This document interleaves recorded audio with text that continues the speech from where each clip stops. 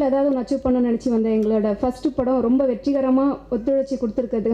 கண்டினியூஸாக எங்களோட ஃபிலிம்ஸ் எல்லாமே டோட்டல் டிஃப்ரெண்ட்டாக பண்ணலான் இருக்கோம். இது எல்லாரோட ஒத்துழைப்பு கொடுத்த ஆர்டிஸ்ட் ஆகட்டும், டெக்னீஷியன், டைரக்டர்ஸ், மியூசிக்ஸ் எல்லாரோட ஒத்துழைப்பும், ஆடியன்ஸ் ஆகட்டும், மேலும் மேலும் எங்களோட வளர்ச்சிக்கு உறுதுணையாகவும் ரொம்ப ஹெல்ப்பாகவும் இருக்கிறோம். எல்லோரும் இருக்கணும்னு நாங்கள் எதிர்பார்க்குறோம். எங்களோட பணி கண்டிப்பாக தொடரும். மேலும் பல வெற்றி படங்கள் நாங்கள் தர எத்தனை ஆர்டிஸ்ட்டும் ஒத்துழைப்பாக இருந்த எல்லாருக்காகவும் ரொம்ப தேங்க்ஸ். கண்டினியூஸாக எங்களோட ஃபிலிம் தொடரும். இந்த இயரில் எங்களோட படம் வெற்றிகரமாக அமையுன்ற நம்பியிருக்கோம். தேங்க்ஸ். முதல் படம் வாய்ப்பு கொடுக்குறது கொஞ்சம் யோசிப்பாங்க எல்லோரும். இந்த படத்தோட தயாரிப்பாளர் என்னை நம்பி, ஃப்ரெண்டு சங்கர் நம்பி இந்த படத்தை கொடுத்தாருக்கு. நன்றி, வணக்கம். பூ திரைப்படம் மூலம் நாங்கள் அறிமுகப்படுத்தின குமரன் அதுக்கு பிறகு வேறு டைரெக்ஷன்லாம் போனார், தயாரிப்பு டைரெக்ஷன் அப்படின்னு. நான் அந்த விழாக்கள்லாம் நான் சொல்லியிருக்கேன். குமரன் சாருக்கு என்ன சொல்லியிருக்கேன்னா, குமரன் நீங்கள் ஒரு சிறந்த music director and Tamil cinema உங்களை மியூசிக் டைரக்டர் டைரக்டர் வேண்டாம், ஃபஸ்ட்டு ஒரு மியூசிக்கில் நிறைய விஷயம் இருக்குது, நீங்கள் பண்ண வேண்டிய சாதனைகள் அப்படின்னு நான் சொல்லிகிட்டே இருந்தேன். அண்ட் இப்போ இந்த படம் மியூசிக் பண்ணும்போது எனக்கு கால் பண்ணி சொன்னார், சார் நீங்கள் சொன்னபடியே நான் மியூசிக் கான்சன்ட்ரேட் பண்ணிகிட்ருக்கேன், இந்த படம் மியூசிக் பண்ணுறேன், நீங்கள் வரணும் அப்படின்னு சொன்னார். ரொம்ப சந்தோஷமாக இருந்தது குமரன். அண்ட் இன்னும் நிறைய படங்கள் உங்களுடைய மியூசிக் ஒரு மிகப்பெரிய ரசிகர் பட்டாளம் இருக்குது. யாருமே மறக்க முடியாத பாடல்கள் நீங்கள் கொடுத்தது. பூ படமாக இருந்தாலும் சரி, கலவாணி, அது பிறகு வந்த படங்கள்லாம். ஸோ அந்த மாதிரி நிறைய படங்களுக்கு மியூசிக் அமைக்கணும். இந்த படத்துடைய மியூசிக் நல்லா வந்திருக்கு. அனைவருக்கும் வணக்கம். இந்த மேடை எனக்கு மறக்க முடியாத மேடை. தன்ஜி சார் சொன்ன மாதிரி பூ படம் ஆடியோ ரிலீஸ் இங்கே தான் நடந்தது. இதே தன்ஜி சார், இதே சசி சார். ஸோ அதனால் எனக்கு இந்த ஒரு வெற்றி இடம் அமைஞ்ச இடம் என்றைக்குமே வாழ்க்கையில் மறக்க முடியாது.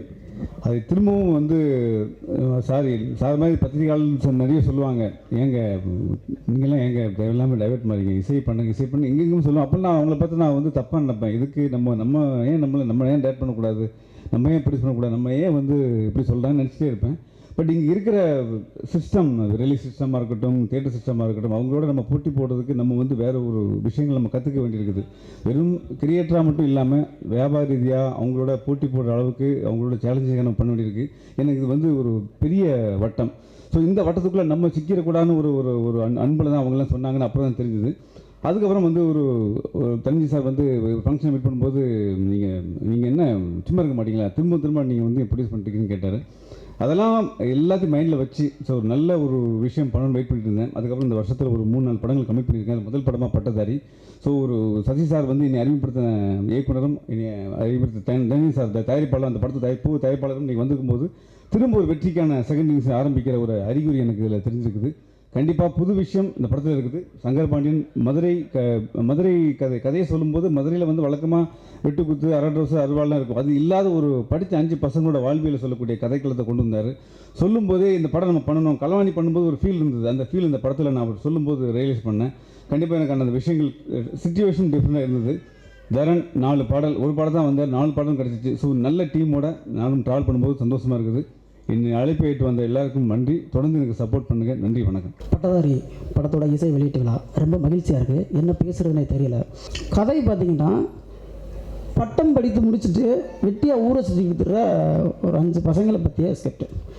களம் மதுரைன்னு சொன்னோன்னா எல்லாருக்குமே ஒரு கதை ஓடும். மதுரைன்னு வந்தாட்டாங்கப்பா அவர் அதிட்டு ஓடுவாங்க அப்படின்ற மாதிரி ஒரு கதை ஓடும்.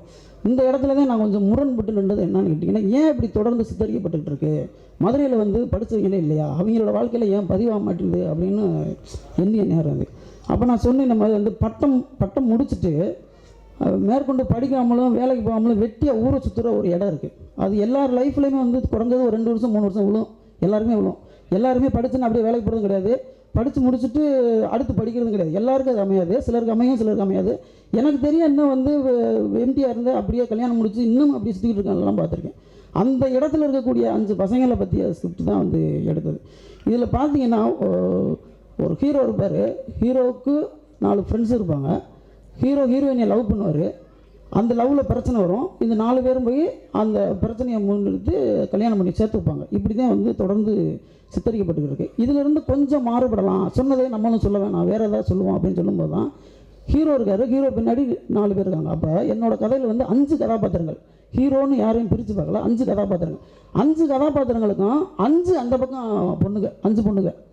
5 பசங்க 5 பொண்ணுங்க அந்த மாதிரி வந்துருச்சு. இப்போ 5 பொண்ணுங்க 5 பசங்க போது 5 பேருக்கு லவ் இருக்குது, 5 லவ் இருக்குது. 5 லவ் ஒன்றுக்கு ஒன்று சம்மந்தப்பட்டதே இல்லை, ஒவ்வொன்றும் தனித்தனியாக இருக்குது. இப்போ இவன் ஃபேமிலி இருக்குது, அங்கிட்ட அவன் ஃபேமிலி இருக்குது, இதுக்குள்ளே சுற்றி வந்துக்கிட்டு இருக்குது. இப்படின்ற ஒரு பெரிய வட்டம் சேர்ந்துருச்சு. எல்லாமே நியூ ஃபேஸஸ் தான் வச்சு பண்ணியிருக்கு. கொஞ்சம் சப்போர்ட்டிவாக இருந்தது. கதை நல்லா பண்ணியிருக்கோம், படம் நல்லா வந்திருக்கு. சாங்ஸ் குறித்து சொல்லி ஆகணும். எனக்கு வந்து ஆடியோ லான்ச்னால சாங்ஸ் குறித்து சொல்லி ஆகணும். பாடல்கள் வந்து இப்போ தரன் பேசும்போது தான் சார் பேசும்போது சொன்னாங்க, அந்த மாதிரி வந்து 4 பேர் கொடுத்துருந்தது, அதுக்கப்புறம் இந்த தரனுக்கு மட்டும் கொடுத்தது அப்படின்னு சொல்லிட்டு. ஃபஸ்ட்டு சாங்கு டீன் ரெடி பண்ணிட்டு சொன்னாங்க, சொல்லிட்டு கேட்டதுக்கப்புறம் அந்த லிரிக்கு ஒரு எழுதி கொடுத்துருந்தாங்க. அது பார்த்தீங்கன்னா யங்ஸ்டர்ஸ் பல்ஸோட ரொம்ப நெருங்கி இருந்தது. அப்போ தான் நான் வந்து கேட்டேன், நல்லா இருக்கே அப்படின்னு சொல்லிட்டு ஒரு தடவைக்கு இருமுறை கேட்டுட்டு அதுக்கப்புறம் சொன்னேன், சார் நல்லா இருக்குது சார், அந்த லிரிக் நல்லா இருக்குது, யார் சார் அப்படின்னு சொல்லிட்டு பார்க்கணும் அப்படின்னு சொல்லிட்டு அப்புறம் நான் தரனை சந்தித்து பேசும்போது பார்த்திங்கன்னா இன்னும் நெருக்கமாயிருச்சு, நட்பு ரீதியாக ரொம்ப நெருக்கமாயிருச்சு. அதுக்கப்புறம் பார்த்திங்கன்னா அடுத்த பாட்டு அதுக்கு எழுது இப்படியே தொடர்ந்து பார்த்திங்கன்னா 4 பாடல்களையும் அவர்கிட்ட கொடுக்க வேண்டியதாகி போச்சு.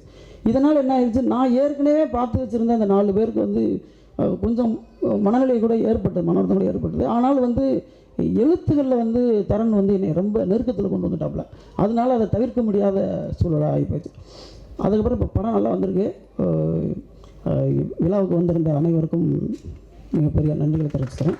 எல்லாருக்கும் வணக்கம்.